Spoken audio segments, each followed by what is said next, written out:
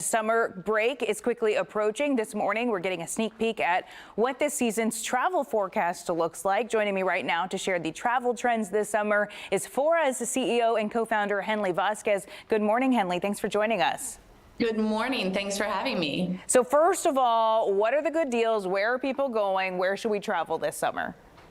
Well, Italy is always Italy when it comes to summer travel, but this summer it's really about France with Paris Olympics, but not just Paris. We're seeing a lot of interest in the rest of France. So I'm going to call it now. I think south of France is going to be the hotspot this summer for Europe. However, domestic travel, obviously always a lot of appeal to not have to fly far. And we're seeing dude ranches having a major moment. It's great for families, great for multi-gens, and Texas actually in our top 5 for summer destinations this year. Okay, so Texas and France, I could see where the two would be very similar destinations. Why is Texas on the top 5 list, and where in Texas should we be going?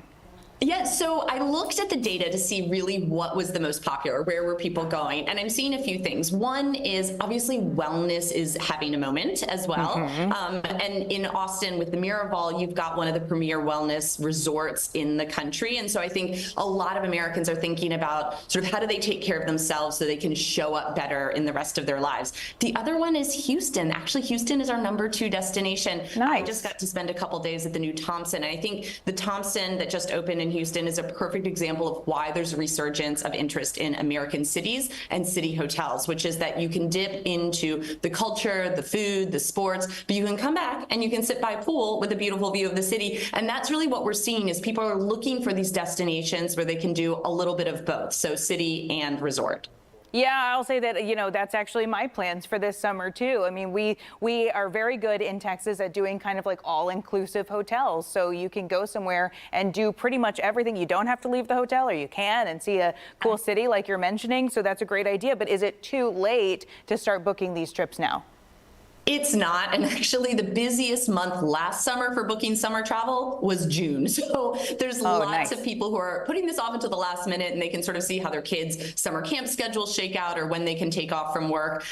You certainly should start planning now. I think a travel advisor is a great person to help you navigate what's still left and the right place to go, and try not to get the most expensive room. But certainly there's plenty of time still to make great plans for the summer. So Henley, we're running out of time. So tell me quickly, is that your best advice to score deals, is to work with a travel advisor?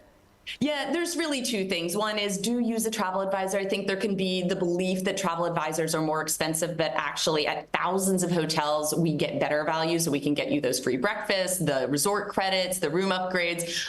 The other piece of advice I'd say is go not where everyone else is going. So you're Texans, you're not scared of heat, go to Mexico. It's off season, and there are amazing low season pricing deals at some of the best resorts. So if you're willing to sort of go a little bit off the beaten path and then get some help to do it, you can still have a fantastic trip. Great advice. Henley Vazquez, thank you so much for joining us this morning. I really appreciate that.